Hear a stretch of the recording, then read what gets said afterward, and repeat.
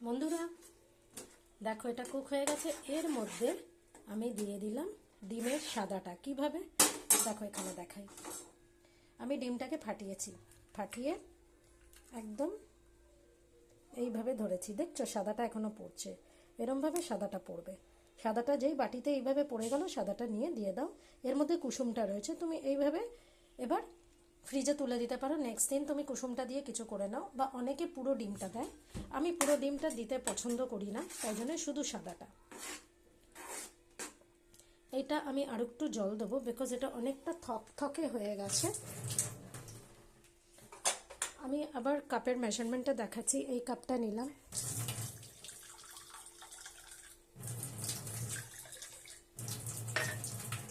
এক সেকেন্ড, আমি half cup মতন জল, বাস।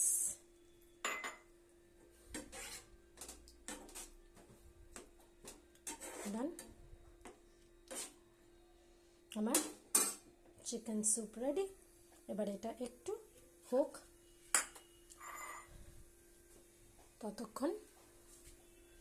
যতক্ষণ হচ্ছে ততক্ষণ আমি একটু প্লেটিং করবার ব্যবস্থা করি।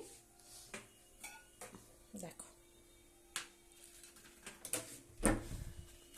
এটা এক সেকেন্ড ফুট দেবে, বাস। এর মধ্যে তোমরা দিতে পারো হচ্ছে একটু কর্ন, তারপরে ওপর থেকে একটু স্প্রিং অনিয়নস আরও দিতে পারো, একটু বিনস, এগুলোও দেওয়া যেতে পারে। অনেকে স্লারি দেয়, মানে কর্নফ্লাওয়ার গুলে। আমি আর স্লারিটা দিচ্ছি না, ওটা আরও থকথকে হয়ে যাবে। এটা এমনি দেখো কনসিস্টেন্সিটা, জাস্ট বিকজ এর মধ্যে ভেজিস আছে বলে, মানে ভেজিটেবলসগুলো আছে। আমার মনে হয় না আর কিছু লাগে।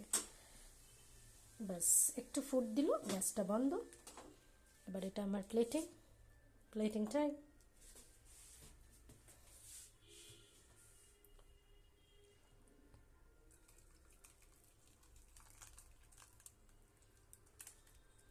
মাই প্লেটিং ইজ ডান।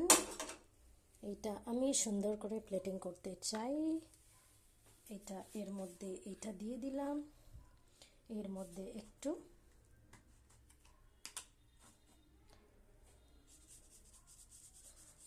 একটু পেরি পেরি মশলা, ব্যাস। এর মধ্যে আর কিছু লাগবে না। তোমরা এর মধ্যে কেউ বাটার দিতে পারো, উপর থেকে একটু চিজও দিতে পারো। আমি কিছুই পছন্দ করি না, প্রচণ্ড গরম। জানি না বন্ধুরা তোমাদের খেয়ে কি করে দেখাবো। আমি জাস্ট একটুখানি স্যুপটা নিচ্ছি।